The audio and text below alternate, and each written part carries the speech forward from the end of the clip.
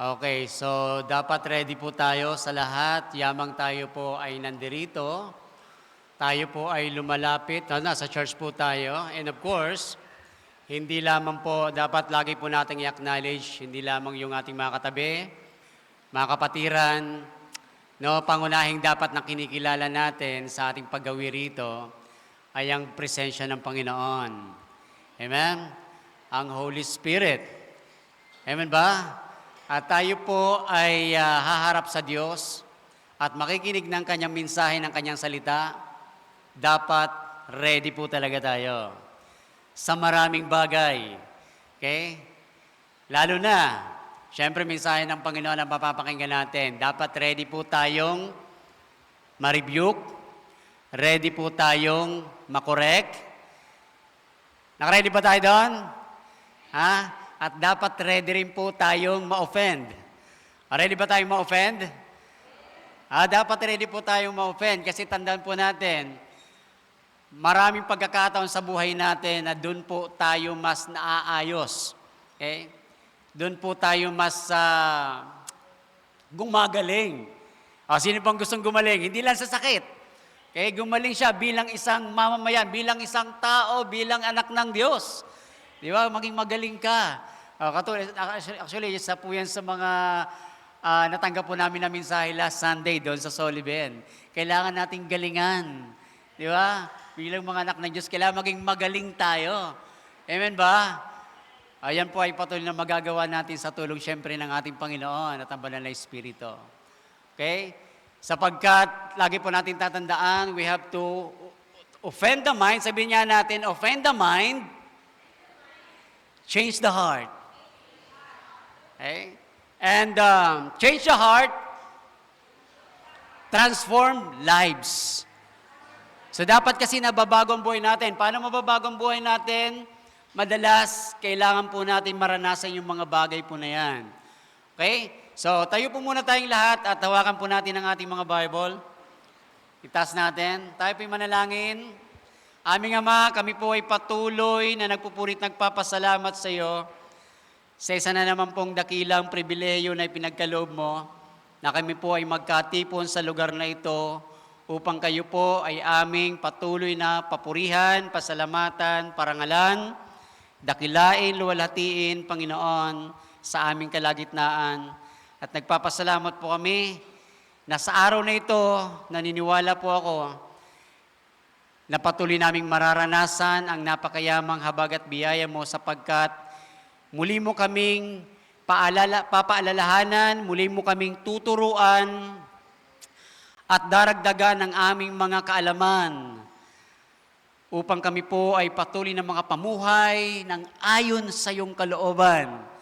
Maraming salamat aming Panginoon at patuloy naming inaanyayahan at kinikilala ang pagkilos ng iyong Banal na Espiritu sa aming kalagitnaan sa buhay ng bawat sa puso sa amin. Maraming salamat po, Banal na Espiritu, patuloy kayong magministeryo sa buhay ng bawat isa. Sapagkat sabi nga po ng aming Panginoong Hesus, sa ganang aming mga sarili, ay wala po kaming magagawa. Kaya salamat po. At ang lahat ng kapurihan, karangalan, pasasalamat, kapangyarihan, ay sa iyo lamang. At ikaw po ang patuloy na mag-aari sa buhay ng bawat isa. Continue to help us, Lord, to open our eyes, to open our hearts, our mind, at patuloy kaming magkaroon ng mga fresh insights, fresh revelations, and fresh understanding sa araw po na ito. Salamat Ama, in Jesus' name we pray. Amen, amen. Amen. Sige po, tayo pong lahat ay makakaupo. Okay, so huling paghahatid ko po ng mensahe dito ay, kailan ba yun? Naalala niyo pa rin po ba yung ating pinag-usapan? I believe, maraming po sa atin naalala pa rin yun. Sino nakaalala? About balance? Diba? About balanced life. Okay, so actually, sa taong ito, okay, pangalawang beses ko palang ulit mag-presido. Dapat matandaan din po natin yon. Okay, pangalawang beses pa lang ulit. So, at yung una kong ay binahagi po sa inyo about balanced life. And balanced life is also called a it's also called a life management. Alam niyo po mga kapatid, ang buhay po natin, ang kabuuan ng buhay natin ay pumapatungkol sa pagkontrol, okay, ng ating mga sarili, at kung natatandaan po natin, yan ay isa sa mga bunga ng banal na espiritu sa buhay po natin, yung pagkontrol sa sarili or self-discipline or self-control. Kung kaya't dapat maalala po natin palagi, no, bilang mga tao, bilang mga anak ng Diyos, mga naglilingkod sa Panginoon, that we have to manage, no, everything sa buhay po natin, mga bagay na ipinagkalob sa atin ng Diyos, pinagkatiwala sa atin ng Panginoon. At hindi lang yung mga bagay, kasama na po yun yung ating buhay. Kaya ang tanong, di ba? Kaya pinag-usapan din po natin, balanced life. So how to manage our life? How to manage? Paano ba natin i-manage, i-control yung sarili po natin? Why? Because in Genesis chapter... Okay ba yung ano ko?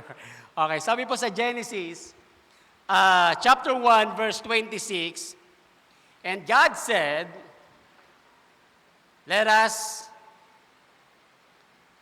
make man in our image after our likeness, and let them have dominion over the fish of the sea, and over the fowl of the air, and over the cattle, and over all the earth, and over every creeping thing that creepeth upon the earth.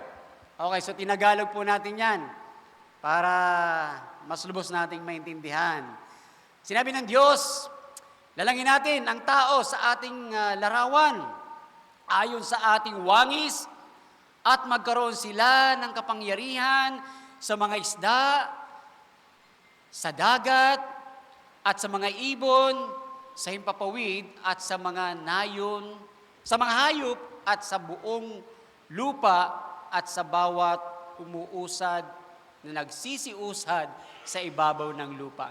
So kung mapapansin natin, sa pagtatagalog po natin, nakita na po natin dito yung, sa Tagalog yung dominion. Okay?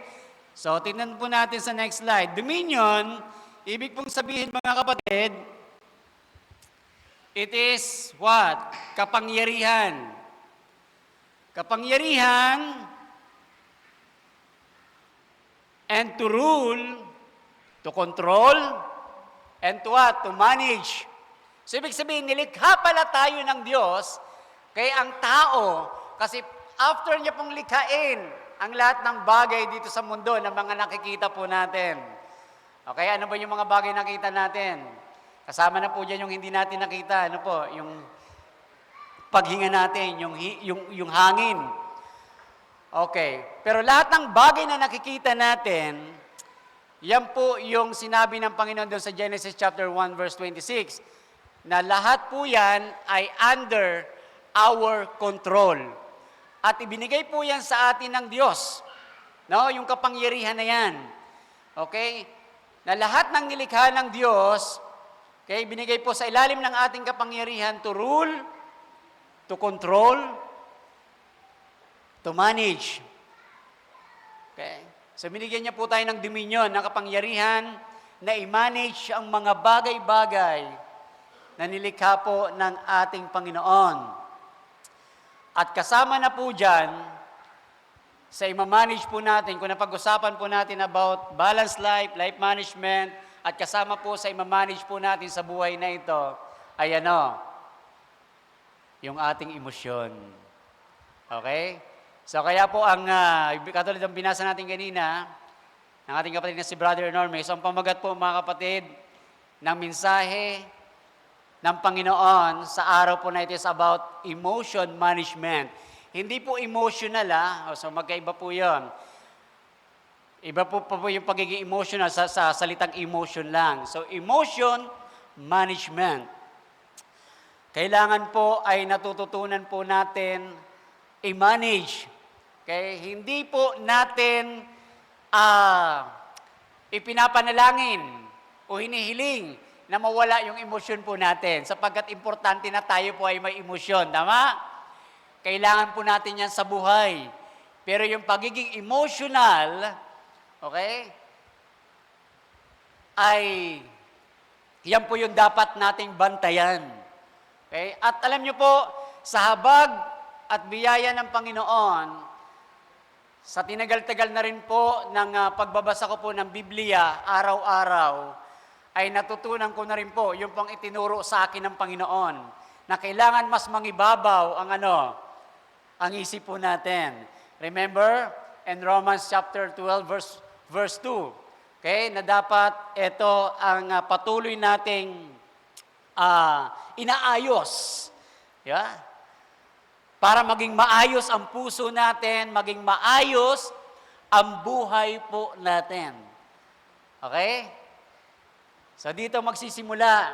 Kasi pagka hindi po naging maayos ang ating pag-iisip, ito ang kukontrol sa atin. Yeah? Dapat yung isip natin, yung tamang pag-iisip natin na galing sa Diyos, ay yun po yung magkokontrol sa emosyon po natin. At hindi yung emosyon natin na magkokontrol sa ating isipan.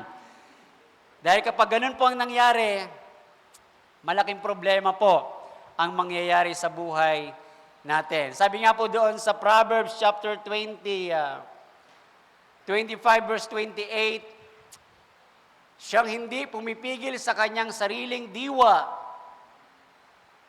ay parang bayang na bagsak at walang kuta. Okay, so in English po natin. Sa English naman po sabi dito, He that hath no rule over his own spirit is like a city that is broken down and without walls. Okay? So, kaya mahirap po kapag tayo ay kontrolado ng ating emosyon kaysa sa ating tamang mga pag-iisip. So, paano tayo nagkakaroon ng mga tamang pag-iisip? Kailangan po, yan po ay pinupuno natin ng salita ng Diyos. Kaya katulad nga po ng sinabi ko kanina, kaya malaking bagay po talaga at malaking pagbabago ang nagawa po sa akin kaya ng salita ng Panginoon ang araw-araw po ng pagbabasa ng Biblia. Kasi kung hindi, nangyari po kasi kahit sa aking personal na buhay, may mga panahon, kahit po nung ako ay pastor na rin po noon at hawak-hawak, dala-dala ko na rin po yung title po na yan ng pagiging isang pastor. Pero nung mga panahon na ako po ay may mga lapses na hindi po ako nakapagbababad sa salita ng Diyos. Hindi pa ako nagbabasa ng Biblia. Ano po ang nangyayari? Konting bagay lang sa aming mag-asawa, yung mga argumento, yan pinapalaki na hanggang sa magkakaroon na ng hindi magandang palitan ng salita. Nawawala na ng kontrol, nadadala na ng emosyon. Diba? Bakit? Hindi ka na mas nakakapag-isip ng maayos. Bakit? Kasi nga po, ay hindi mo masyadong nalamnan, nakargahan ng salita ng Panginoon ang iyong isipan. Kaya napakahalaga po na dapat lagi nating pinupuno yung mind natin ng Word of God. Kasi nga sabi, kapag hindi mo yan pinuno ng salita ng Diyos, iba ang pupuno dyan. Di ba? So anong gustong ipuno natin sa isipan natin? Okay. Papunta sa puso natin. Salita ng Diyos o salita ng kapitbahay? Di ba? Ni Marisol, ni Marites. So anong gusto nating ipuno dyan? Emotion management is the ability to recognize, understand, control, and express emotions in a healthy and appropriate way. It involves managing both positive and negative feelings so they do not negatively affect behavior, okay, decisions, or relationships. Actually, kahit kahapon, medyo nasubok na naman yung emotions ko eh. Kasi sa totoo lang ako, kami pong mga katulad po ni Pastor Manny, no? Magkasin po kami niyan eh. Kasin. Magpinsan kami yan. Sa Tagalog magpinsan. Hindi, kasing tangkad. Kasing tangkad. Okay, may natutunan kayo. So magkasin po kami yan. Alam niyo po, kahit ganito po kami, pero pag pinagana po namin yung aming mga emotions sa totoo lang, kung wala kaming self-control, pagpipigil sa sarili, ay iba rin po. Iba rin po. Dati po, wala rin po akong, di rin po ako basta-basta natatakot kahit kanino. Kahit po malaking mama, malagulayat yan, sabi ko, nako, hindi kita uurungan. Pag talagang sumiklab na yung aking iba emosyon, parang napipikong ka na, nagagalit ka na. So yan, kaya yan si Pastor Manny, kilala ko rin yan. Kasi bakit? Kasin kami yan eh. Kaya kilala ko yan, kahit po ganyan yan. Ako, huwag niyo pong susubukan yan. So, ganun po kami.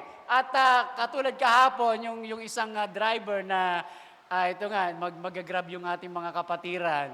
Ang sungit ng driver. Sabi ko, parang tinitest na naman yung emotion po natin dito. Kasi ang sungit talaga niya. Sabi ko, siyempre dapat nandun din yung pakita niya. Although, yung nakita ko, kasi yung driver, parang senior na rin po siya. And siyempre, dapat naintindihan niya kasi yung mga sasakay, senior din eh. So, dapat nandun yung pagpapasensya niya. Tsaka, syempre, trabaho niya yun. Dapat nandun yung maayos yung pagtrato niya sa kanya mga pasahero. Abay, nagagalit. Sumakay na kayo! Ang dami niyo pang mga ano. Tapos, saan po ba bubuksan? Kasi di ko alam kung saan iaangat yung upuan eh. Saan po ba? Tutulungan ko na nga sana siya. Di nga, nagbukas ako sa kabila. Kasi baka ako doon. Kasi dito, sarado pa rin. Baka ako sa kabila kasi di pa siya tumatayo eh. Sabi, hindi dyan, huwag kayong magbubukas niya ng pintuan. Madidisgrasya pa yung pintuan niya sa kabila.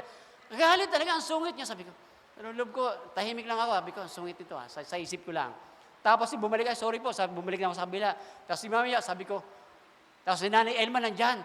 Sabi ko, Pastor, nakausap mo na ba? Kasi kakausapin nga namin kung po pwede pang magsakay ng isa kasi 7 sila. 6 lang po ang pwede. Sabi ko sa loob-loob ko, paano ko pa kaya kakausapin to? Pakikiusapan, ang sungit nga. Kaso, tinatanong na ako ni Nanay Elma, kung nakausap ko na kayo, wala na ko joy, kundi tanungin pa rin. Sabi ko, sige po, Kuya, baka pwede pong magdagdag na lang kami kasi actually 7 sila, sana kung pwede magdagdag na isa. Hindi po pwede, pati yung sagot niya po, iba, masungit po talaga. So, hindi po pwede at masisira daw. Masisira tayo niya, sobra, hindi po pwede yan, hindi po pwede sa amin yan, bawal yan. Sa loob-loob ko, yung ugali niya kaya hindi bawal. Yung ugali niya kaya hindi siya masisira. Kaya, actually, sabi ko, salamat na lang talaga. At hindi na po talaga tayo pumapatol sa mga ganon at hindi na po tayo driven by our emotion. Kasi, sa totoo lang yung mga ganon, actually, nagpipigil na rin talaga ako kahapon eh. So, totoo lang, kaya na importante talaga na meron tayong emotion management. Kasi nagpipigil na rin kasi bakit? Once sa pinatulan mo yan, ikaw rin ang mamamali eh. Akala mo pag pinatulan mo, magiging tama ako. Pag pinatulan ko yun, magiging tama ako. Kasi mali siya sa inuugali niya. Hindi rin ganun ang kalalabasan. Pareho kayong magiging mali. Okay? So kaya hindi mo na kailangan po talaga nating mag-control. Okay? Sa ating mga emosyon. Kailangan i-manage po talaga natin yan. Okay? So, at alam niyo po ba na nangyayari yung mga bagay na yan, kahit tayo, yung mga conflicts, yung mga arguments, may mga tao kang kinaiinisa, may mga tao kang hindi nagugustuhan, at may mga taong minsan ay talagang ganun na lamang minsan kung magsalita sa'yo. Okay? O pagsalitaan ka minsan, na-offend ka, nasasaktan ka. Pero alam mo ba, hindi dahil masama yung tao na yun na nagsasalita sa iyo. Dahil hindi dahil masama yung ugali niya. Nangyayari sa iyo yun, nagkakaroon ka ng conflict sa taong yon, nagkakaroon kayo ng hindi magandang parang pakikitungo sa isa't isa. Bakit? Kasi lalo na kung ikaw yung nakaka-observe, ikaw yung nakakaramdam, parang ikaw yung offend. Alam mo kung bakit? Hindi dahil may problema yung taong na yun na masungit sa'yo, kundi dahil ikaw kasi may problema ka. At gusto ng Diyos, i-correct ka. Ini-expose ka ng Diyos, yung karakter mo, yung emotion mo, ini-expose ng Lord gamit ang taong yon. Nakuha? Kaya minsan kapag may mga taong nagko-correct sa atin, na-offend tayo, nagagalit na tayo sa taong yon at minsan ayaw na nating kausapin, ayaw na nating pansinin at gusto nating i-block na sa Facebook. Di ba? O kaya sa Messenger, di ba may mga ganun po. O kaya naman yung tipong pag nagme-message siya, akala niya hindi mo pa nababasa pero nababasa mo na pala. So may mga ganun sa Messenger eh. Okay? So hindi pa nababasa ni yung mga text. So, bakit? Yung pala nababasa niya na. Okay, bakit nangyari rin sa akin yun eh? Okay, so siguro offended din siya sa akin. Okay? So, may mga message ako sa kanya kasi pinapalo ko lang naman siya patungkol sa Panginoon. Oy, kumusta ang devotion mo? Siguro nakukulitan. Si Pastor lagi na lang kinukumusta sa akin, devotion. So, every time siguro, wala kasi siyang may isagot. Siguro. Kasi nga, siguro, busy siya sa maraming bagay. Hindi niya magawa yung pinapagawa ng Panginoon. Eh ako naman, nagpa-follow up lang kasi yun naman yung kalooban ng Diyos. So, siguro naiinis na rin siya. Alaman ko, sabi ko, hindi niya nasinisin yung mga message ko sa kanya. And then I found out, nasisin niya pala. Hindi ko lang alam kasi may something na ino-off sa messenger na nakikita niya yung mga message ko, pero hindi ko nakikita na nasisin niya kasi yung parang, yung profile picture niya, parang nandun pa rin sa taas, na parang hindi mo makikita na nasin niya na. Okay, hindi mo makikita na nasin niya na, pero nasin niya na pala yun. Okay, kasi sinubukan ko rin yun minsan sa misis ko. Akala niya, hindi ko pa nasisin, pero nasisin ko na, nababasa ko na yung mga message niya. Pero meron something pala na ino-off doon sa messenger. Di niya alam na nababasa ko na yung mga message niya sa akin. So, manage your emotion. Emotions management, okay, nabasa natin kanina. So, next slide tayo. Sabi nga po, ito, isa sa mga halimbawa na pwede po nating maging sa karakter sa Bible, na pwede po nating maging halimbawa rito sa pagiging pagkokontrol sa sarili. Okay? Na pagmamanage ng emosyon ay itong si Isaac. Nakita ko po ito nung binabasa ko pong ang Bible sa Genesis chapter 26, nung madaanan ko po ito. Sabi po rito, so basahin po natin yung mga halimbawang makikita natin about kay Isaac. Nang gabing iyon, si Isaac, kayo nga po magbasa. Beginning verse 12.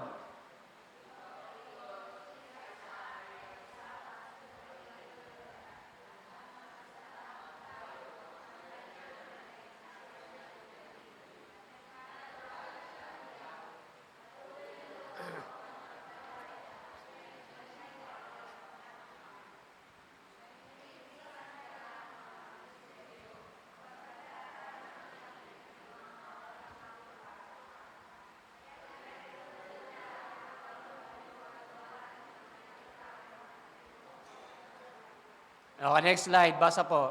Next.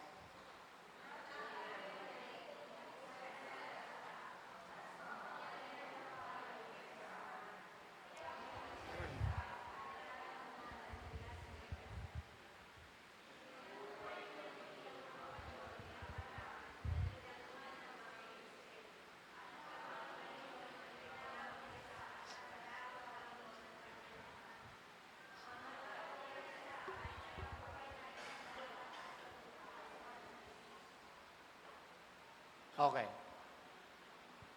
Meron pa, isa pa.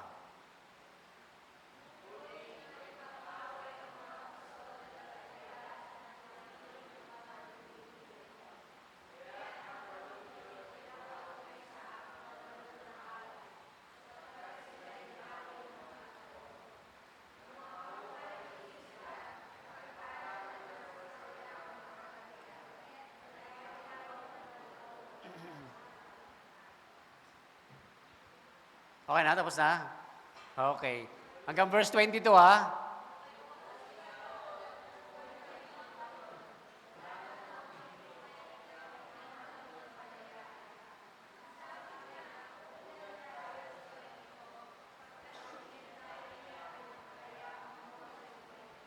So napansin niyo po yung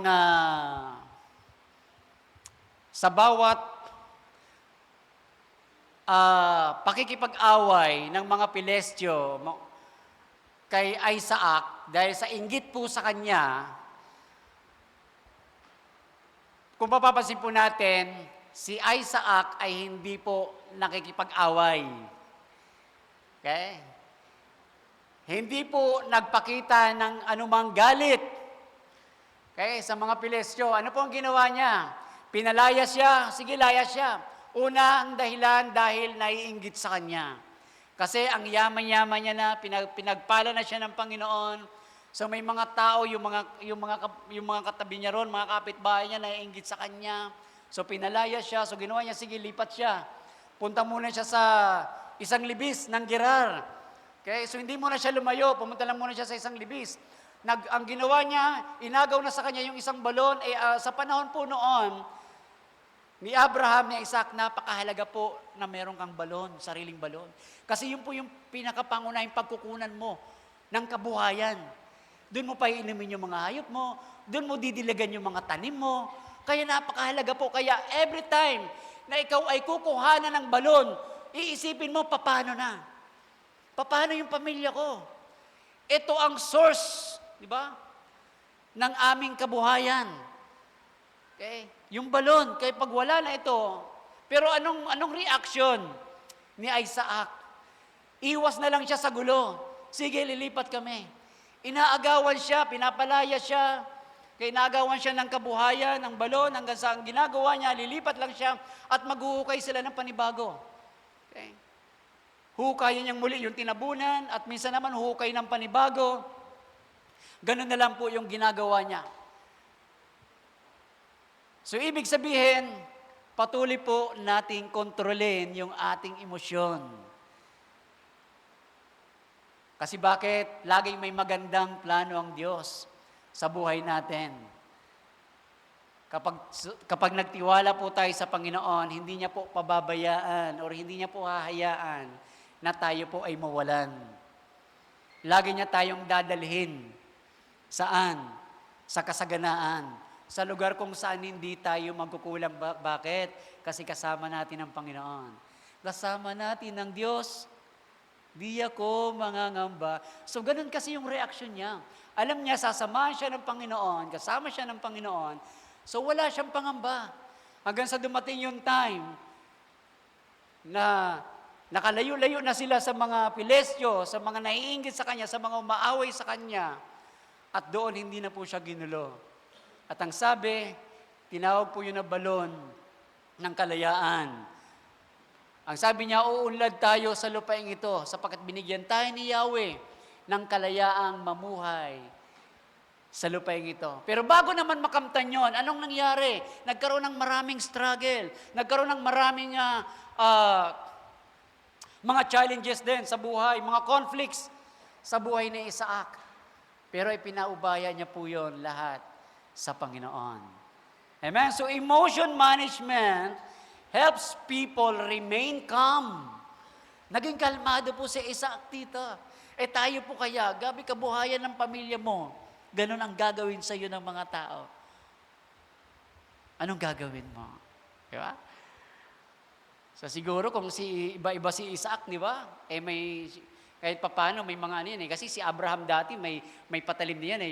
Yung di ba nung ihahandog nga sana si Isaac dati. O si Isaac marahil may mga patalim na rin yan. So siguro kung iba-iba si Isaac, baka mag-aamo na. Ako patayin. Hindi, para sa pamilya ko yan. Hindi ako papayag na kuhanin nyo. Orguluhin nyo ang kabuhayan namin. Diba?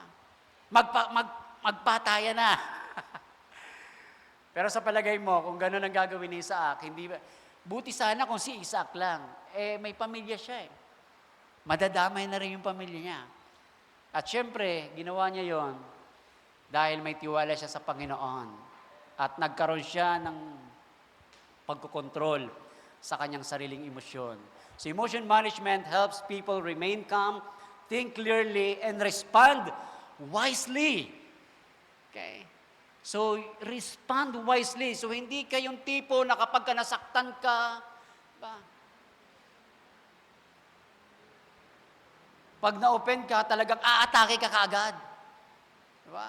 Kung hindi man pisikalan, di ba? Verbal. Di ba? Makikipagtalaktakan ka na agad, may ipagsalita, makikipagsagutan ka na agad. But no, kailangan na ma-manage natin ang emotion natin for us to be able to respond wisely in different situations, as a stress. Kahit stress ka na. Di ba? Minsan, dinadahilan din po natin, nagiging excuse pag stress tayo, pag pagod tayo. No? Minsan sa mga asawa natin, mga asawa kasi marami tayo, natin, mga asawa natin. Sa mga anak natin, okay? So minsan, pag ginagawa nating excuse, pag stress tayo, pag pagod tayo, anak, huwag ngayon. Han, huwag ngayon. Please. Diba? Parang di ka na pwedeng istorbuhin kasi nga, stress ka.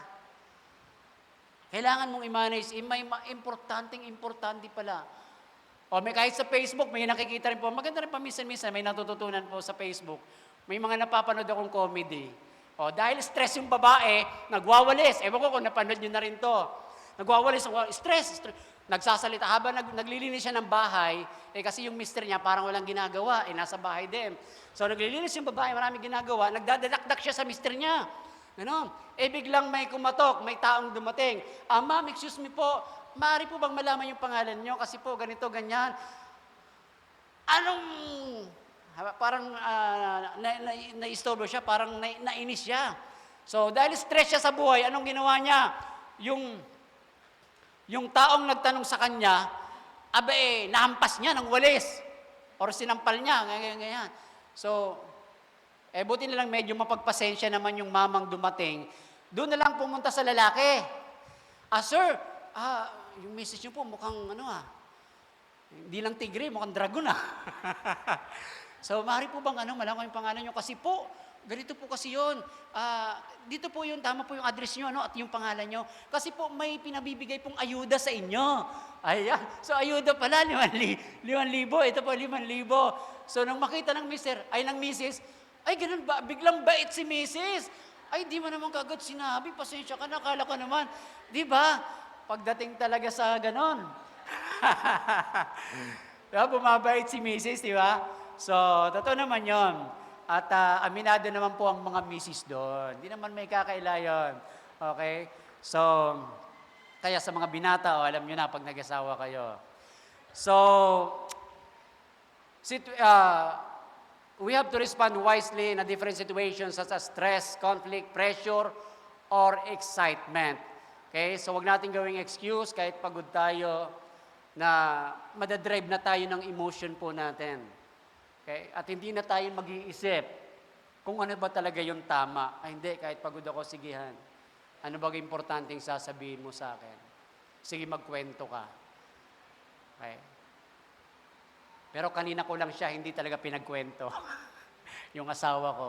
Kasi marami siguro siyang ikikwento sa akin kasi galing po siya ng Mindoro, kanina lang po siya dumating.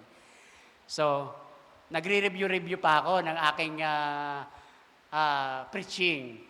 So, sabi ko, nagre-review ako ngayon. Importante naman itong pinagkakabalaan ko. Kaysa ikikwento mo sa akin, mamaya na yan. So, kanina lang siya hindi ko pinagbigyan magkwento. Kaya, naintindihan niya naman. Kaya pinigilan niya na yung sarili niya magkwento. So, isang halimbawa na maaari po natin makita rito, tinan po natin sa Genesis chapter 37. Okay, sino naman po ito? Sino nakakilala kay Joseph? Yan, yung tinatawag na Joseph the Dreamer. Okay?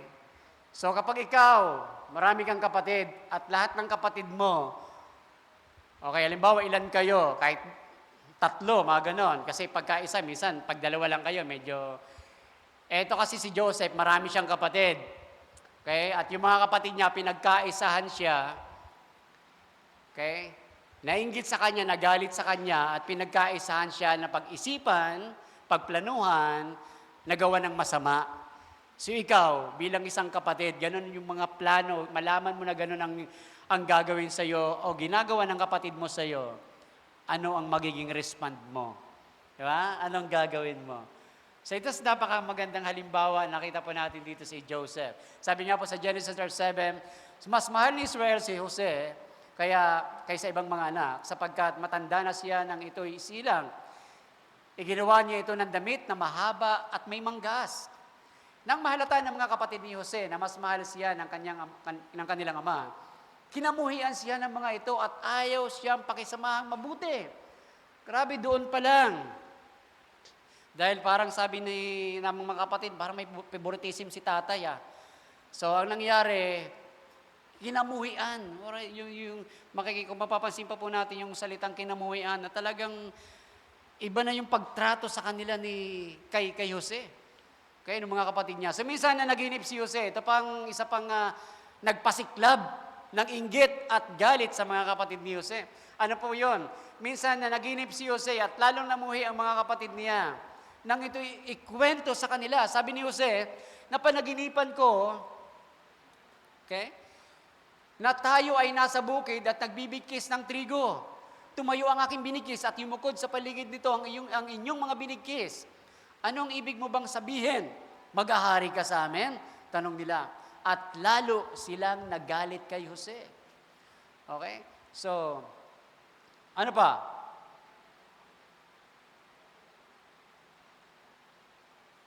Okay, inggit na inggit sa Genesis 37 verse 11, inggit na inggit kay Jose ang kanyang mga kapatid. Inisip-isip namang mabuti ng kanyang ama ang mga bagay na ito. So minsan, dyan talaga magsisimula, isa sa pinagmumulan ng conflict, ng argumento o ng pagkakagulo, ayan po yung mga inggit sa buhay. Okay, pero wag nating masyadong mamasamay ng inggit, kasi may tinatawag din po na mabuting inggit. Sabi, kailan naging mabuti ang inggit? Okay? So, pwede ka kasing mainggit in a right way. Yung gagawin mong inspirasyon na parang, nakakainggit naman to. Pero hindi yung inggit na naiinis ka sa tao. Yung inggit na ginagawa mo siyang inspirasyon. Yeah? Na ginagawa mo siyang inspirasyon para maranasan mo rin yung nararanasan niya na magandang buhay. Yung maranasan mo rin yung pagpapala na nakikita mo nararanasan niyang pagpapala, maranasan mo rin. So yun yung tinatawag na nai-inspired ka. Okay? So kaya mayroon tinatawag din po na tamang inggit. Pero yung inggit na may kasamang pagkainis, pagkagalit ay iba na po yun. Doon ka magsisimulang mag-isip ng hindi maganda sa iyong kapwa. Hanggang sa maglaro ang hindi magandang bagay dyan sa isipan mo. Okay? Hanggang sa ito na ang magkokontrol sa'yo. Okay? Yung emosyon mo. At lalo ka na makakagawa ng hindi tama.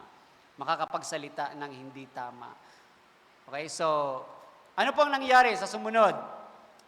Sa Genesis chapter 37 verse 19, sinabi niya, ayan ang mahilig sa panaginip. Sabi ng kanyang mga kapatid, patayin natin siya at ihulog sa balon. Imagine mo, gustong patayin ng mga kapatid si Jose. At sabihin siya'y sinila ng mabangis na hayop. Tingnan natin kung ano ang mangyayari sa kanyang mga panaginip. So, ganun po katindi na yung pagkainggit ng mga kapatid sa kanya. Okay, so narinig ito ni Ruben. Buti nilang si Ruben. So, isa sa mga mayroong medyo konting konsensya sa magkakapatid ay itong si Ruben at saka si Judah. Okay? Yung dalawang kapatid niya na yan. Okay? So narinig ni Ruben at binalak niyang iligtas si Jose, sabi niya, huwag nating patayin. Huwag natin siyang pagbuhatan ng kamay. Ihulog na lamang natin siya sa balon. So at least, kumbaga naisipan niya na mailigtas na hindi pa rin mapatay itong si Jose. Sabi niya, ihulog na lang natin sa balon. Kaya sinabi niya ito sapagkat ang balak niya ay iligtas ang kapatid at dahil ito sa kanyang ama. In next verse, paglapit ni Jose, hinubad nila ang mahabang damit nito na may manggas. So marahil nagpupumiglas pa kasi hinuhubaran na si Jose. Pinupunit na yung damit niya ng mga kapatid niya.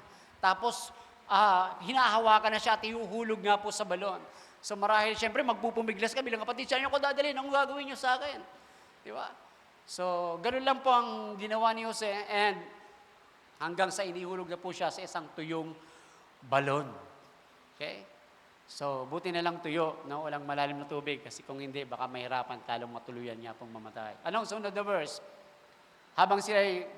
Subalit sa verse 25-28, habang sila'y kumakain, may natanaw silang pangkat ng mga Ismailitang mula sa Gilead at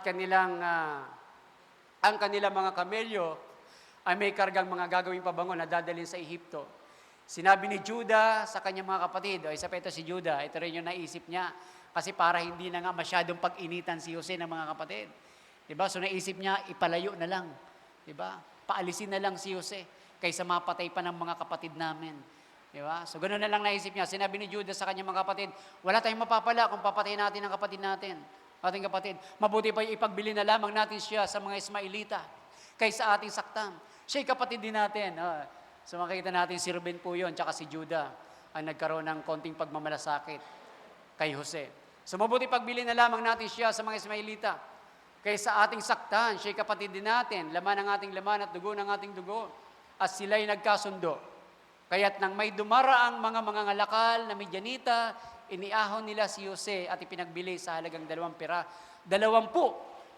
pirasong pilak at si Jose dinala ng mga Ismailita sa Ehipto. So imagine mo yon, nakikita mo, nagbabayaran, nagkakaroon ng transaction yung mga kapatid mo tsaka yung mga Ismailita or mga Ismailita na papunta sa Ehipto, nagkakaroon sila ng transaction at ikaw pala ang transaction nila. Di ba? Binibenta ka na pala. So ano naging reaksyon ni Jose? Diba? So marahil wala na siyang magawa, talagang dinala na po siya sa Ehipto. Pero di ba nag-hysterical ba siya? Hindi ako papayag. Hindi, wala. Nag-hysterical ba siya? So meron po siyang self-control. Okay? So hinayaan niya mangyari kung anong dapat mangyari.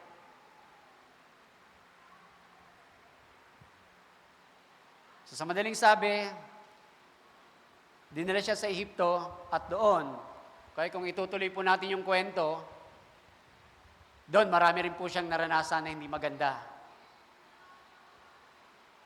Pagbintangan ka, akusahan ka na ng rape ng isang babae na hindi mo namang ginawa. Matinding akusasyon po yun. Kaya humantong sa pagkakakulong. Imagine mo, nakulong ka, sabi nga, di ba, nakulong ka ng isa sa pinakamasakit po yun. Yung mahatulan ka, makulong ka ng walang kasalanan. Diba? Pero anong ginawa ni David? Hinayaan niya lang. Ni Jose. Okay? Hinayaan niya lang po kung anong mangyayari sa kanya. Hindi siya gumawa ng anumang mga hindi ka nais-nais na salita. Wala siyang reklamo. Diba? Hindi niya inaway yung babae. Inaway yung babae? Pinagsalitaan niya ba ng masakit na salita yung babae? Kasi yung babae lang naman yung nag-ano sa kanya. Ang tawag doon, may tawag doon yung parang natrap lang siya May tawag doon yung mga kapulisan Yung kunyari, gagawan mo to, tapos bigla ka nang huhulihin. Set up. O, di ba? So, sino ang gumawa nun? Yung babae. Ginawa ng babae dahil nga sa ayaw ni Jose na magkasala sa babaeng yon or nakasama ang babaeng yon dahil pilit niyang tinutokso si Jose ng babae at umaayaw nga si Jose, tumatanggi nga si Jose at naisip na lang ng babae, sige, ayaw mo akong pagbigyan So naisip na lang ng babae, sige, gagawa ako ng kwento. Okay. Para maparusahan ka na lang. Total, ayaw mo. Okay. Ipapakulong na lang kita. So ganoon niya pong nangyari kay Jose. Pero ang ginawa niya, pinagsalitaan niya ba nung mangyari na yon? Hinuli na siya. Pinagsalitaan niya ba? May sinabi ba sa Bible na si Jose ay nagsalita ng masasama sa babae? Hindi. Sinumpa niya ba yung babae? Hindi. Diba? Pinagtanggol niya ba yung sarili niya ng bonggang-bongga? Hindi. Hinayaan niya na makulong siya. Bakit minsan nangyayari sa buhay natin yung mga ganong bagay? Sapagkat yun po pala ay preparation for our great destiny. Because we are destined for greatness. Lalo na po tayo, mga anak tayo ng Diyos. Anak pa tayo ng Diyos? So we are destined for greatness. At dumadaan po talaga tayo sa mga ganitong uri ng preparation. Kung bumigay ka. For example, lalo't umaangat ka na, nasa posisyon ka na, hindi naging maayos yung karakter mo. Hindi naging maayos yung pagkokontrol mo, yung pagmamanage mo sa emotion mo. Nasa taas ka pa naman, biglang pagdating doon, bumigay ka. What will happen to you? Bigla ka tuloy babagsak ngayon. Why? Walang control sa emosyon. Hindi na manage yung emosyon. May mga pangyayari sa buhay ng isang tao, may nababalitaan ba tayo? Biglang angat sa buhay, biglang asenso. Pero hindi dumaan sa tamang preparation, hindi dumaan sa tamang proseso. Kaya pagdating doon, bigla silang na-test. Dahil hindi sila dumaan sa tamang proseso, sa tamang preparation, ano nangyari? Nag-trigger yung kanilang emotion. So dahil doon, isang kalabit lang pala, bagsak kaagad ang kabuhayan nila. Bakit? Walang preparation. Kaya kung may mga napagdadaanan man pala tayo, mga challenges in life, conflicts sa asawa mo, sa pamilya mo, sa mga kapatiran, sa cell leader, sa pastor, preparation yan. Because you are destined for greatness. Preparation yan. So you have to control, you have to manage your emotion. Amen. Hallelujah. So, meron po ditong mga keys or key parts of emotion management. Okay? So una, makikita po natin dyan yung self-awareness. Self-awareness, recognizing your emotions. Okay? So dapat alam din natin yung kapasidad ng emosyon natin. Kilala din natin yung sarili po natin. Okay? Kaya dapat tayo na rin minsan nag-a-adjust kung ano yung mga bagay na dapat natin gawin kapag tayo po ay in handling conflicts, kung paano po tayo kapag tayo po ay nakaka-encounter ng mga conflicts sa buhay. So, self-awareness, recognize your emotions. Self-control, managing emotional reactions. Okay? So, minsan, sa aming mag-asawa, minsan may mga pagkakataon na, so, kailangan na-recognize natin yung emotions natin. Na ma-manage talaga natin yung emotions natin, yung mga reactions natin. Kasi minsan may mga times na may masabi ka lang na isang salita lang. Minsan, gagay na iba na kagad yung pagtingin sa'yo. Okay? So, kaya ako, mga lalaki mga tatay, ako ingat na rin ako eh. Pero malaking bagay yung mga conflicts namin mag-asawa sa aming buhay. Minsan nung una akala ko, nakikita ko lang nung una yung mga mali niya. Yung mga maling reaksyon niya, yung mga maling ugali niya na pinapakita sa akin. Nung una, yun lang ang tingin ko eh. Diba? Sama na ugali mo. Pangit na ugali mo. Pero hindi pala. Inaalaw lang pala ng Diyos na ma-experience ko kasi ine-expose niya rin yung emotion ko eh. Ano ba yung magiging reaksyon ko kapag ganun ang ipinapakita sa akin ng asawa ko? So may ikinokorek pala sa akin. Okay? Kasi gusto ng Panginoon, lahat tayo ay maging maayos talaga yung pagmamanage natin sa emosyon natin. Kasi kung hindi, lalaki pa naman tayo. Pag hindi rin natin napigilan yung ating mga sarili, kahit malit kami ni Pastor Manny, higit na malakas pa rin kami kaysa mga babae. Iba pa rin ang muscle namin. Kaya pag nagalit kami, di namin na-control yung aming mga emosyon, syempre. Kaya dapat control your emotion. Baka mamaya magulat na lang tayo, may black eye na si Mrs. Hindi dapat ganon. O kaya naman, wala mang black eye, nabablack eyean po natin yung mga damdamin nila. Kasi dahil wala na rin tayong pagpipigil sa sarili, salita na rin tayo ng salita ng masasakit. Minsan sinusumbatan na natin yung asawa natin. So umaabot na sa hindi magandang palitan ng salita. Okay.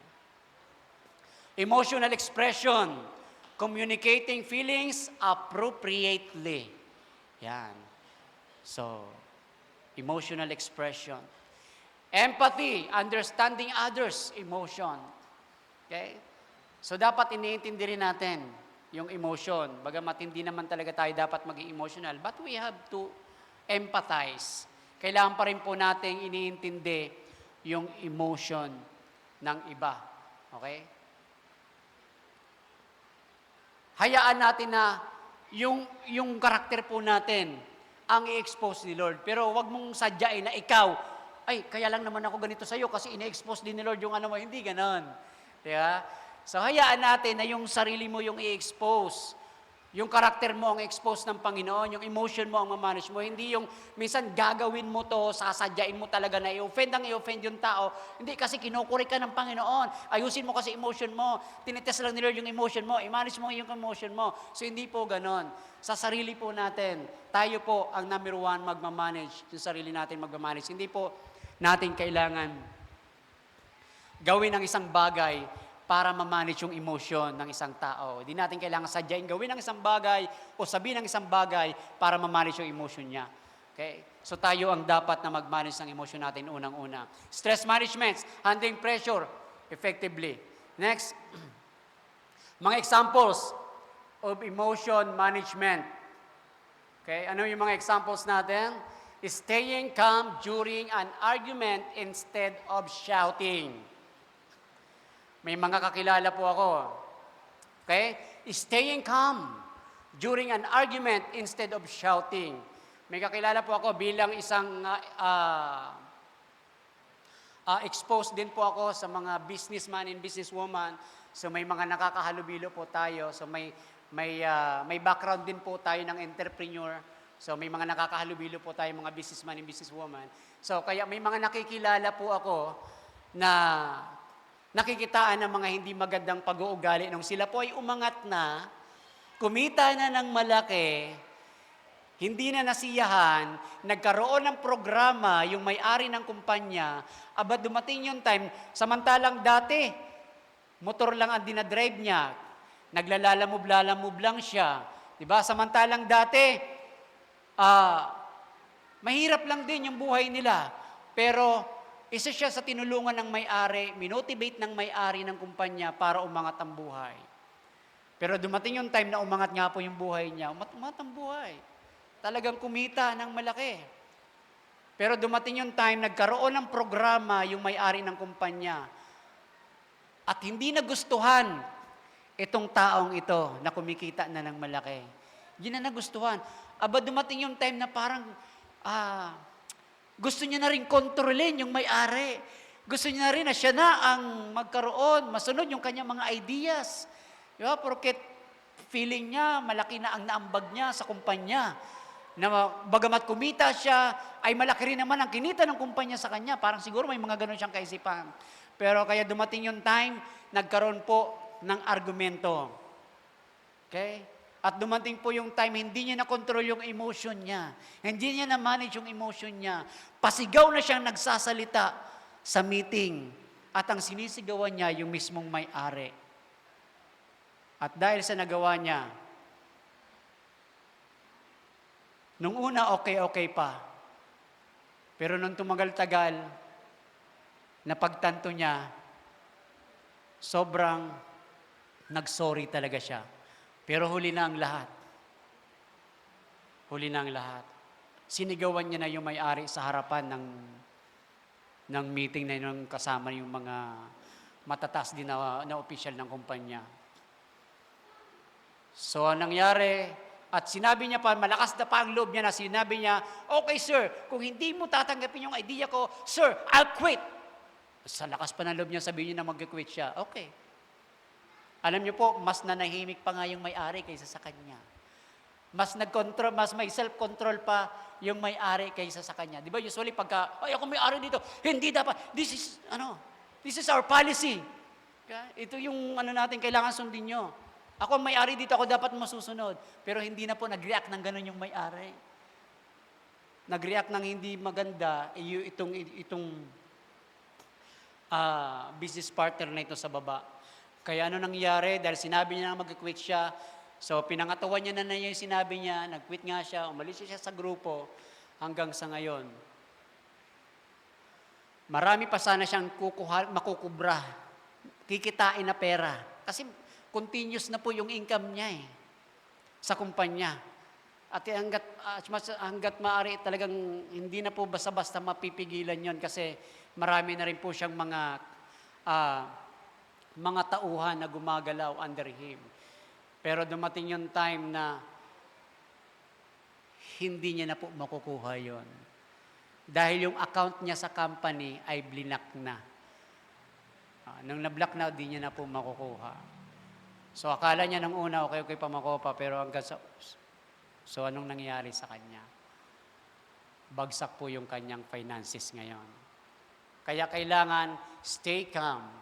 Nawala. Stay calm during an argument instead of shouting. Stay calm. Okay? So, managing stress before an important presentation, thinking carefully before reacting to criticism,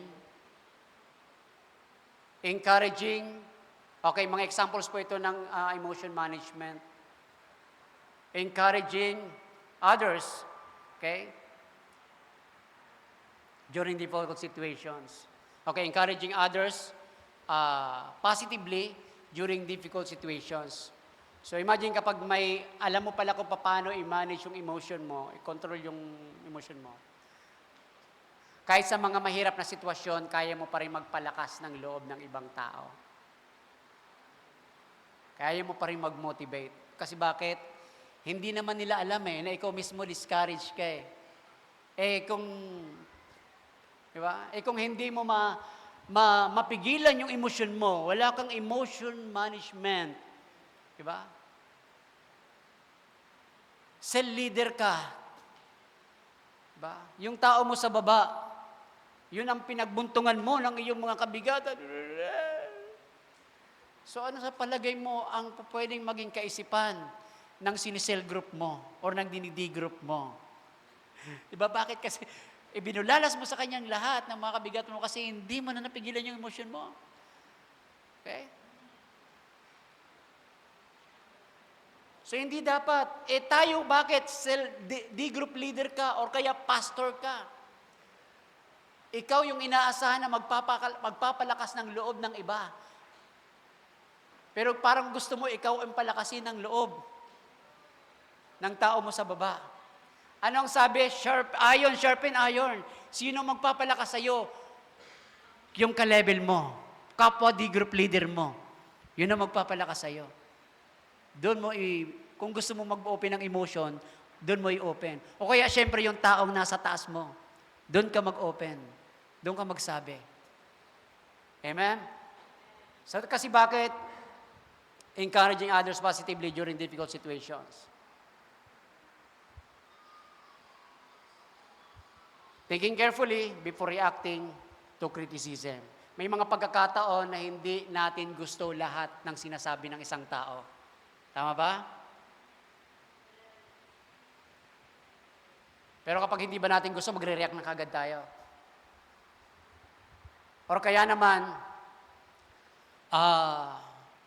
pwede mag-react, but in a nice way, in a proper way, pero yung magre-react ka ng hindi maganda, ibig sabihin, nadadrive ka na ng emotion mo noon.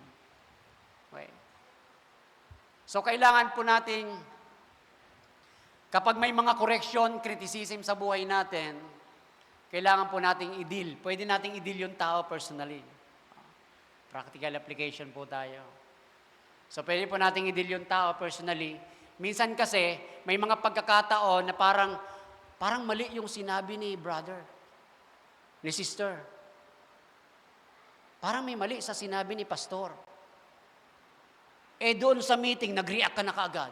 At parang na-drive ka na ng emotion mo doon sa pag-react mo.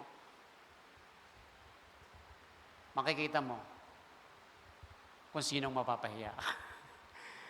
Kasi bakit? Minsan nangyari po yan. May mga nangyayaring ganyang senaryo hanggang sa tinanong niya, hindi kagad siya nag-react, although hindi niya kagad nagustuhan yung sinabi ng leader niya, for example, ng D-group o ng pastor. Pero, after ng meeting, nilapitan niya yung pastor. So, may hinahon niya na lang tinanong, sinabi, Pastor, parang hindi ko gusto yung okay ba talaga yung ganyan? Tapos, nung kausap niya nung pastor, pinaliwanag ng mabuti ng pastor kung bakit yun ang sinabi niya at kung bakit yun ang gusto ng pastor. At nung may paliwanag ng mabuti, na pag-isip-isip ng tao, ay tama nga pala. So minsan pala kasi kailangan lang natin talaga ng maintindihan. Minsan, hindi pa natin naiintindihan, nagre-react na kagad tayo. Why? emotion management. Okay? Kulang po tayo sa pagpipigil sa sarili. Okay? Kaya madalas, sino po ang mapapahiya? Tayo rin.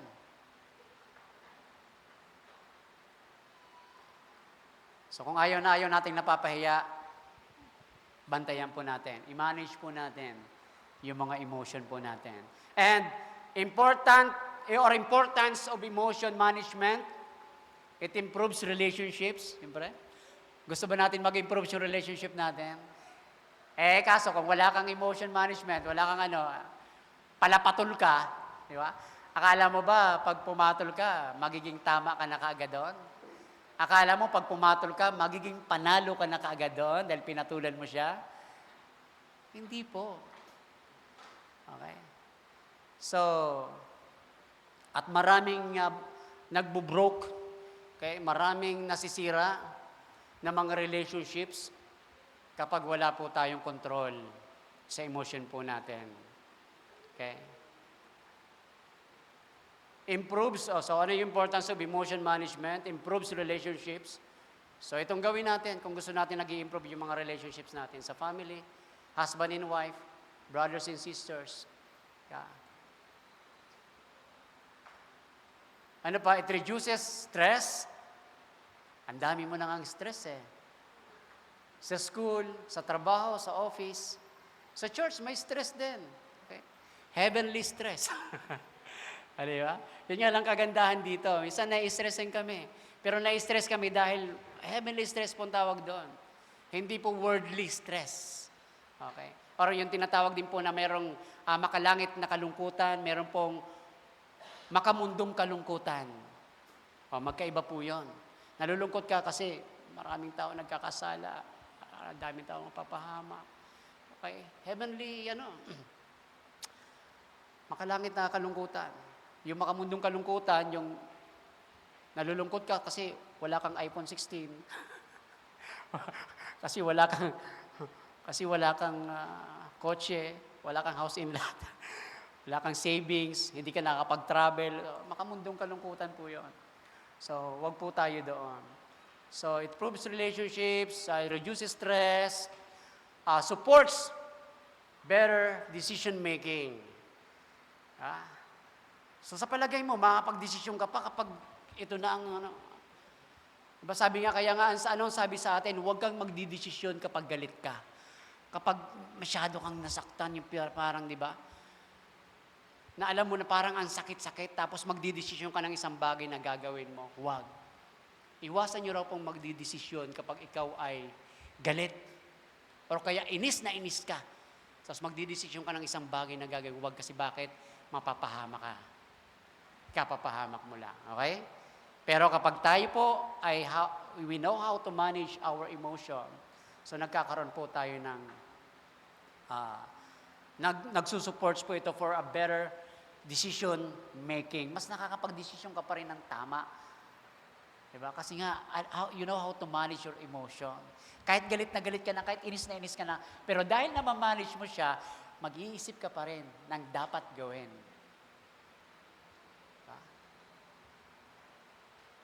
Ako nang lagi nakikita sa bahay na to, parang lagi na lang akong walang ginagawa, lagi na lang akong walang kwenta, makalayas na nga. Di ba? Akala mo, pag lumayas ka, tama yon? Dahil sa galit na galit ka, bitbit mo yung mga gamit mo. Marami po pwedeng mangyari sa iyo sa labas. Dahil galit ka, naiinis ka, na umalis sa bahay nyo. Okay? Dapat, kung aalis ka, kung lalayas ka, dapat payapa pa rin. So, at least nag-decision. So,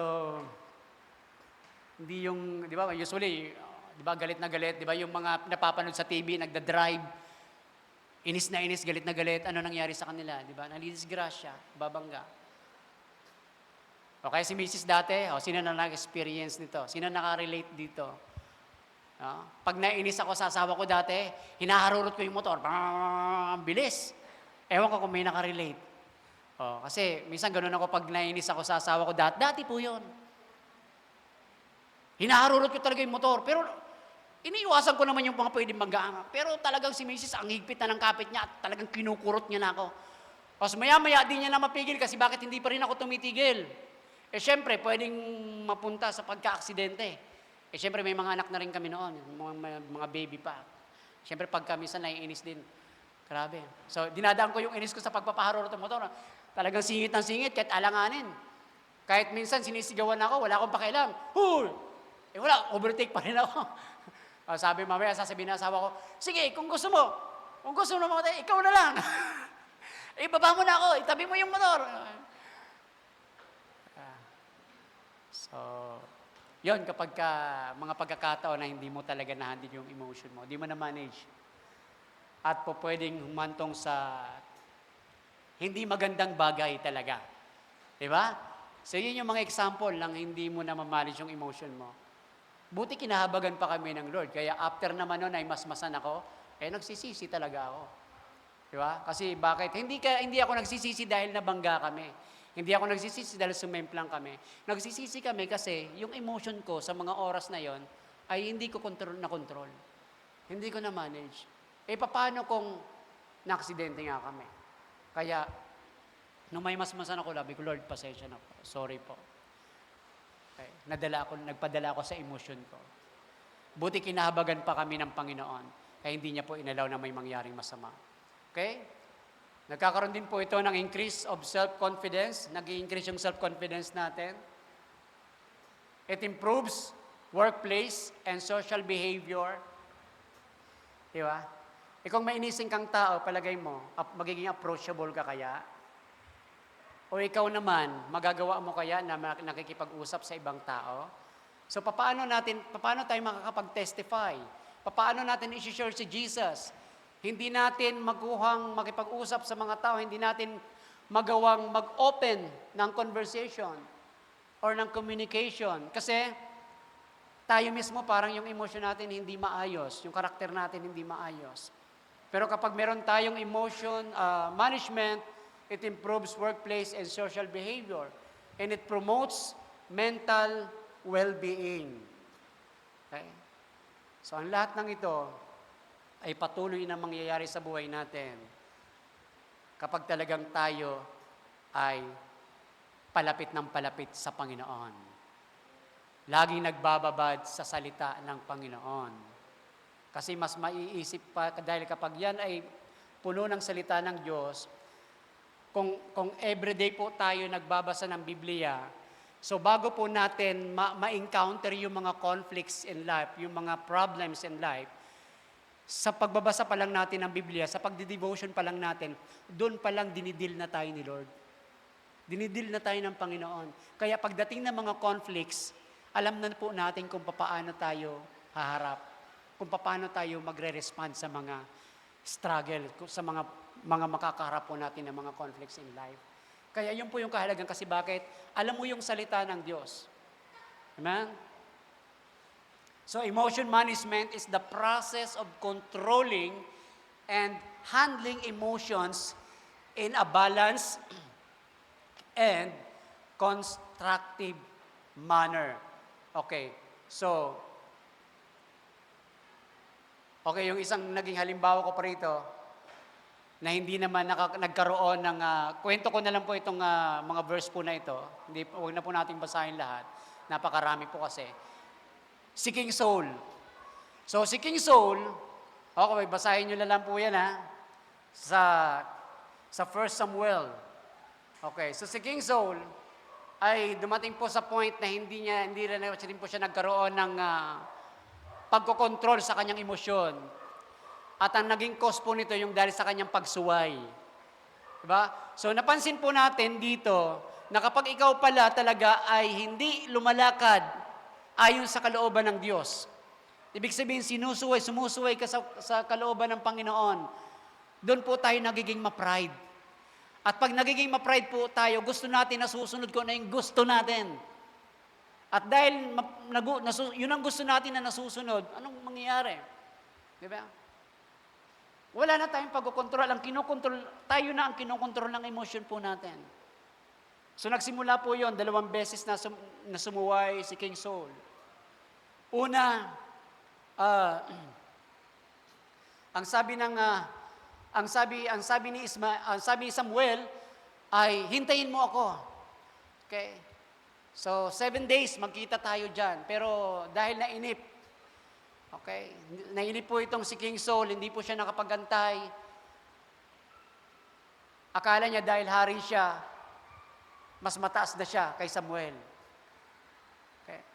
Hindi niya alam, okay, or nakalimutan niya na si Samuel pa rin ang inappoint ng Lord para piliin si Saul na maging hari. Si Samuel pa rin ang ginamit ng Lord para i-appoint na maging hari. Itong si King Saul. Kaya na nangyari, sumuway siya, hindi pa oras ng paghahandog, naghandog na siya. So sinuway niya ang Diyos. Okay? Sumunod, ano po ang ginawa niya? Pangalawa, yun po yung ang utos ng Diyos kay Samuel na binigay niya naman kay King Saul, lipulin mo. Okay? Ang lugar na ito, ang isang bayan na ito, so may inutos ang Diyos na lipulin ang isang lugar, ang isang lungsod.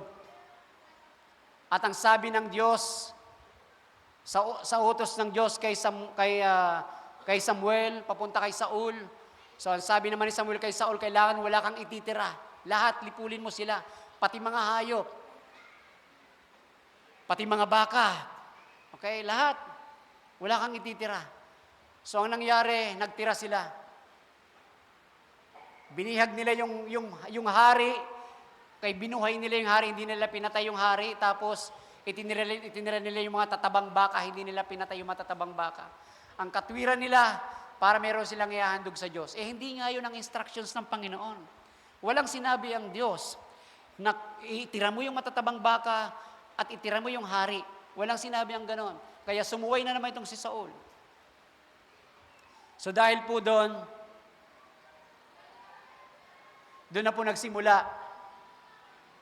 na hindi na wala ng kontrol sa emosyon itong si King Saul. Hanggang sa dumating si King David sa kanyang buhay, lalo na nang dumating si King David, naka-experience siya ng matinding pagkainggit kay David at matinding pagkagalit kay David. Wala na hindi niya na na-manage yung emotion noon, lalo't ang dumating pa si David. Okay?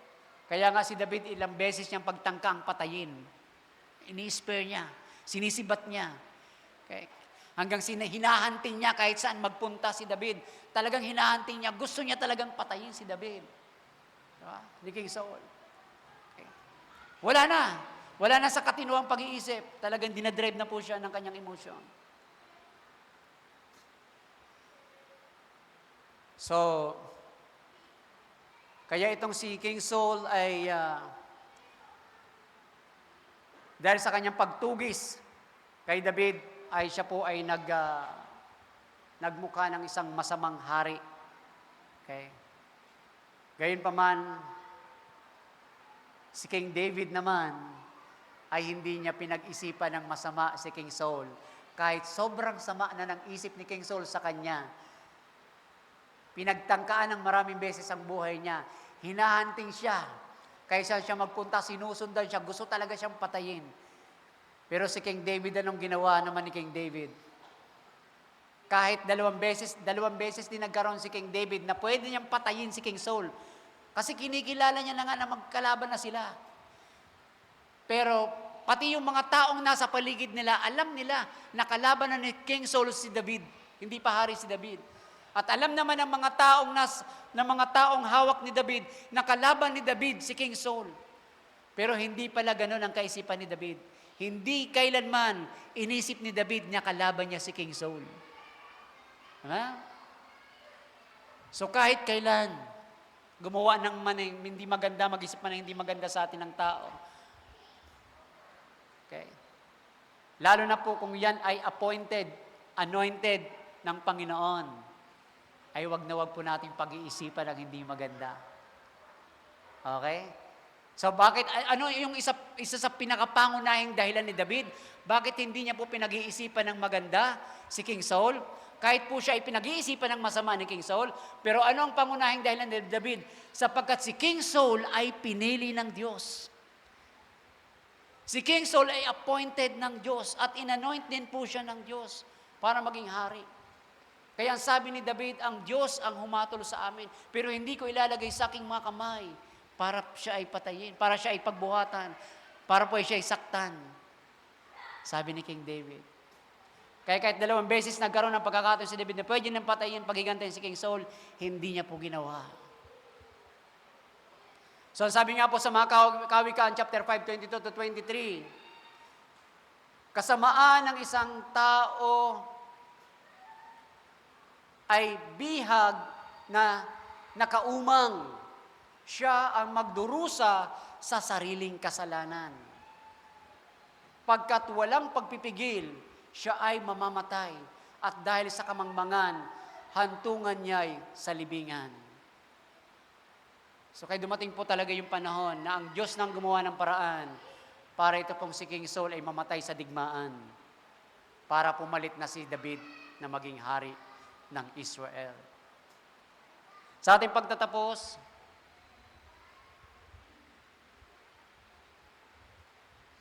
okay, may conclusion po tayo dyan. Take control of your emotions before your emotions take control of you. Okay? So, huwag mong hayaan ang emosyon mo mag-control sa iyo. Ikaw ang magkocontrol niyan. Sa paanong paraan? Dito. Dapat punuin to natin ang isip natin ng mga makalangit na bagay. Punuin natin ng mga bagay, mga salita na nagmumula sa ating Panginoon. Okay? Para makontrol natin yung emotion po natin. Mga taga-Galatia, chapter 5, 22 to 23, subalit, sabi nga po rito, ang bunga ng Espiritu ay pag-ibig, kagalakan, kapayapaan, katyagaan, kabaitan, kabutihan, katapatan, kainahunan, at yung pinakahuli, pinahuli pa talaga ito. At yung pinakahuli, pagpipigil sa sarili. So, ang sabi pa, walang batas laban sa mga ito. Okay? Imagine mo, walang batas laban sa mga ito. Sa bunga, mga bunga ng banal na Espiritu. Okay. Pag naging banal ka ba, anong batas ang ilalaban sa'yo? Anong batas ang ilalaban sa'yo? Okay. Pag may kabutihan ka, may katapatan ka, may kagalakan ka, may kapayapaan ka, anong batas ang kinakalaban mo? Meron ba? O meron kang pagpipigil sa sarili. Anong sabi? Walang batas laban sa mga ito. Galing. So control your emotions, discipline your mind. So paano natin nadidisiplina yung mind natin? Diba? Kaya dapat hindi puro marites ang laman yan. Hindi dapat puro marites ang mga pumapasok dyan. Okay? Dapat ang pumapasok sa mind natin ay patungkol sa pag-witness. Patungkol sa ating Panginoon. Dapat ang pumapasok dyan sa kung paano tayo bilang mga taong nakakilala sa Panginoon na binabago ng Diyos, ay kung paano rin tayo magamit ng Diyos na makapagbago rin ng iba pa, makapagbago ng isa pa. Sabi nga, sapat na ang buhay mo na binago para ikaw naman ay makapagbago rin ng iba. Nagamitin ka ng Diyos na makapagbago rin ng iba. Amen? So dapat yun ang mga nilalagay natin sa ating isipan. Hindi yung kung ano-anong mga bagay na makasarili. Okay? Kasi bakit mga anak tayo ng Diyos? Tinawag tayo ng Diyos for a great purpose. Hindi sa para mga pansariling kapakanan, mga kapatid. Kundi para sa ikararangal ng Panginoon, sa ikaluluwalhati ng Diyos, at sa ikabubuti nating lahat, ikasasaya nating lahat. Amen?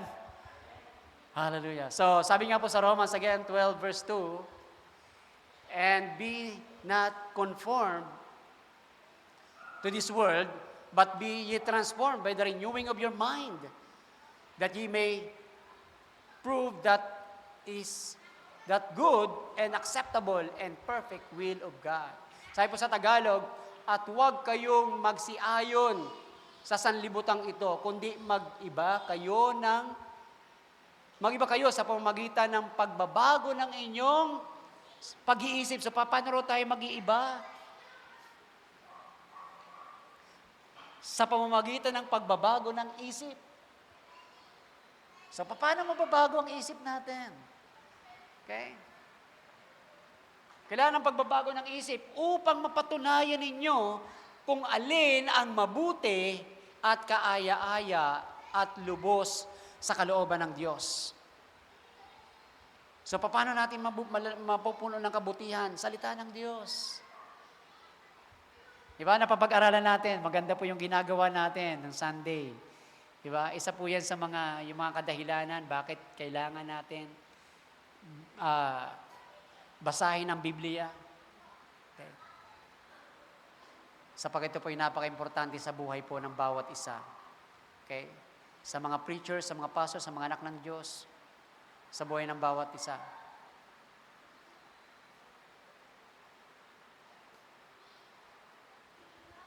Okay? And again, renewing of your mind. Paano? Babad tayo sa Word of God. Okay? So kung may oras kang makinig ng salita ng Diyos, makinig ka. Siyempre may trabaho ka, di ba? Nag-aaral ka. Kaya nga dapat, pero wag nating palilipasin yung araw na hindi tayo, di ba, hindi natin pinapakain yung espiritu natin. Ano yun? Salita ng Diyos. Wag nating hayaan lumipas ang araw na hindi tayo nakapagbasa ng Biblia o hindi tayo nakakapakinig ng Word of God. Okay? Bago sumabak sa mga dapat mong sabakin o puntahan. Diba? Bago ka sumabak sa school, sa trabaho, kung saan ka man pupunta. Tapos pagdating mo naman sa bahay, bago ka matulog, bago ka magpahinga. Diba? Meditate the Word of God. Kaya po sabi sa Joshua, day and night. We have to meditate it day and night. Okay? Pagising sa umaga, bago matulog, dapat minimeditate natin. Why? Kasi bakit? Maging sa pagtulog mo, payapa ka. Na hindi ka nakakapanaginip ng kung ano-ano. Ayan? Kuha? Stress ka na nga sa trabaho, pagod ka na nga, ang dami kung ano pang iniisip mo. Kaya minsan kung yung napapanaginip mo na parang binabangungot ka na tuloy. Why? Kasi anong instruction sa atin ng Bible? Meditate the Word of God day and night. Dapat, bago matulog, dapat minimeditate pa rin natin. And then sleep na tayo. Amen? So tayo po tayong lahat, magpasalamat tayo sa Lord. Sabihin po natin ulit, offend the mind. Offend the mind. Diba? Change the heart. Importante na naayos ang puso natin. Kapag naayos ang puso natin, bago na yung puso natin, maayos ang buhay natin. Gusto mo nating maayos ang buhay natin? Amen. Taas natin ating mga Biblia ulit, manalangin tayo. Ama, maraming salamat po at dalangin po namin ng aming mga narinig, ang aming mga natutunan mula sa iyo, ay panatilihin niyo po sa puso't isip namin. At tulungan kami, patnubayan kami, samahan kami ng inyong pong banal na Espiritu na may sa pamuhay po namin ito. Nais po naming patuloy na makasunod sa kalooban mo, Panginoon. At hindi po namin ito magagawa kung wala ang tulong nyo. But we have to decide, Panginoon. Because controlling our emotions, managing our emotions, is a matter of choice. We have to decide. And right now, Father God, we are decided to control it, to manage it. Kasama ito sa dominion na ipinagkaloob niyo po sa amin, to manage our emotions, Panginoon. Hindi namin dinadalangin na mawalan kami ng emosyon, na maging manhid kami. Bagkus, continue to help us, Lord, to manage, to control our emotions. Katulad ng mga halimbawa ng mga tao na napag-usapan po namin sa Biblia. Ipaalala niyo po sa amin ang mga taong ito at kung papaano niyo po sila prinasper, Panginoon, dahil sa kanilang pagkokontrol ng emotion. Maraming salamat po, Ama.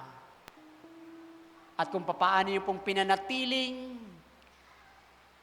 matagumpay ang isang tao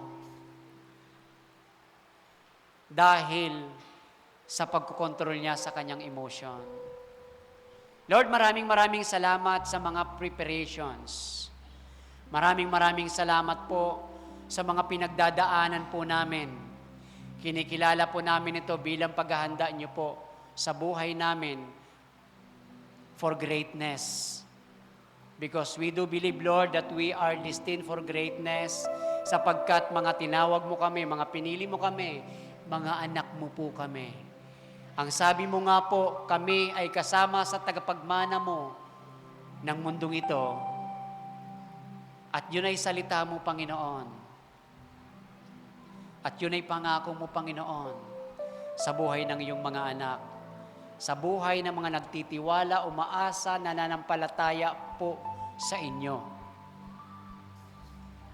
Kaya maraming salamat.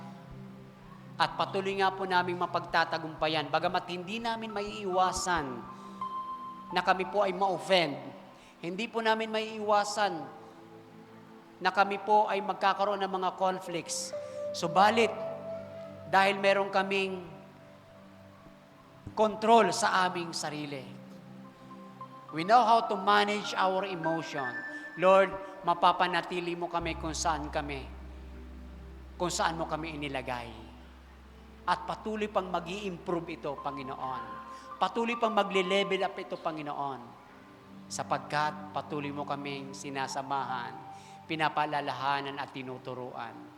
Ama, maraming salamat po. At ngayon pa lang, sinisilyon ko na ng banal na dugo ng Panginoong Hesus at ng kapangyarihan ng banal na Espiritu ang mga salita at mga pagpapala na natanggap namin mula sa iyo. In Jesus' name we pray. Amen and amen. Palapakan natin sa Lord.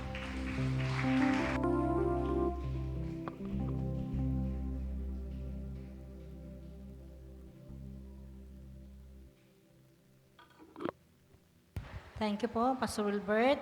At oras na po ng ating pagkakaloob ngayon. At habang tayo po ay nagkakaloob, tinatawagan ko na po yung magbibigay po ng special number po, Sister Edith po. Purihin po ang Panginoon. Pwede na po tayo magkaloob, mga kapatid.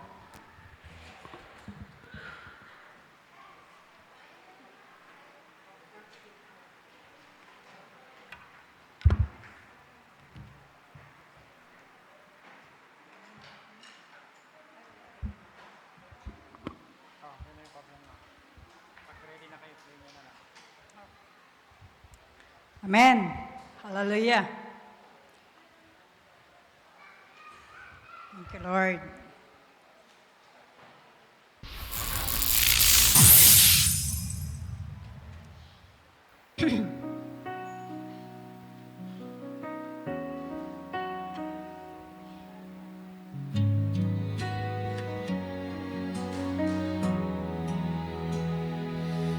Sa pag-iikot ng mundo't unos na dala, kahit pusong napapagod na sa luha, iyong liwanag ang aking sandigan.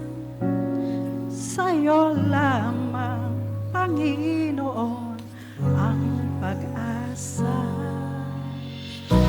Tataas ang pangalan mo, kahit bagyo'y humahampas sa aking puso.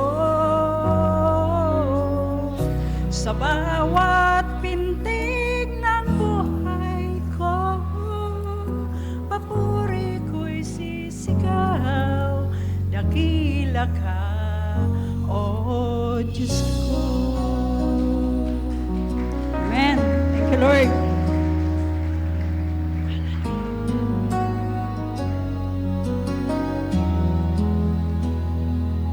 Kahit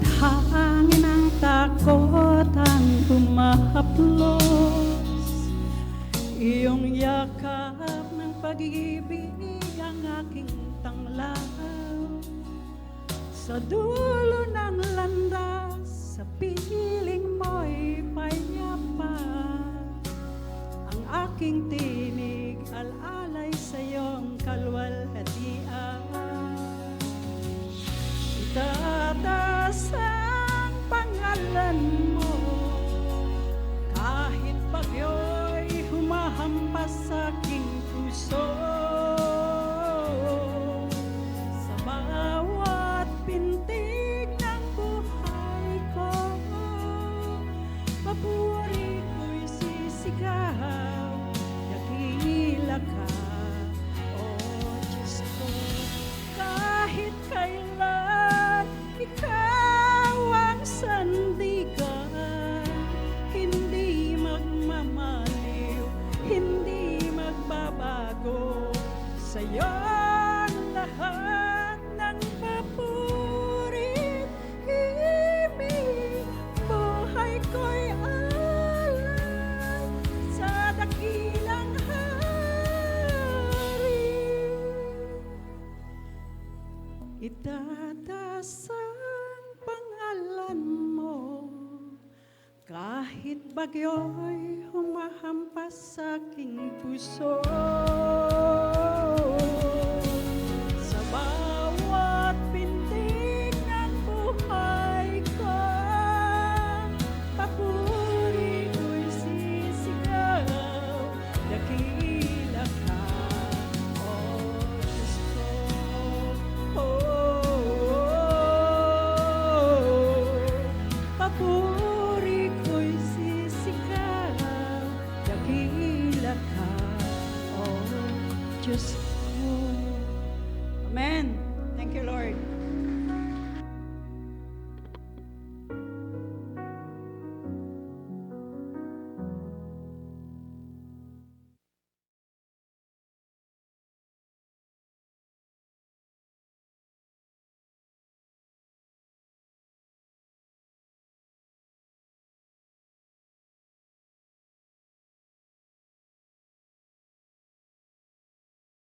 Amen. Puri ng Panginoon. Ayan, sa pagkakataong ito po ay amin na pong tinatawagan yung mga nag-birthday this month. Dito po tayo sa harap. At kayo po ay aming ipapanalangin. Sige po. Please come forward. Yung mga pangalan po, si Brother Roy Donbon Evangelio, Brother Jason Ronquillo, Sister Nancy Monterde, Sister Fiona Cumalde, Sister Loida Plurin, Sister Jonah Lungabilla, Sister Jonah Lungabilla Bier, Brother John Arnold Monterde. Ayan, sige po.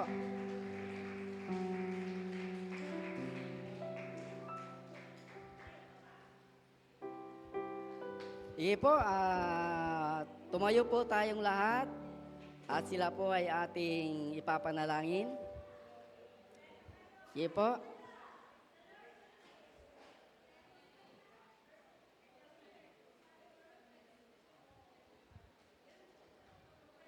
Okay, alliance po natin sila. Panginoon, Amang banal na makapangyarihan sa lahat, kami po'y kaisa sa aming mga kapatid na ito na nagpupuri po sa inyo. Nagpapasalamat, Panginoon, na tunay nga po na sila po ay inyong pong pinagpala at patuloy na pagpapalain. Lord, we pray na ang mga buhay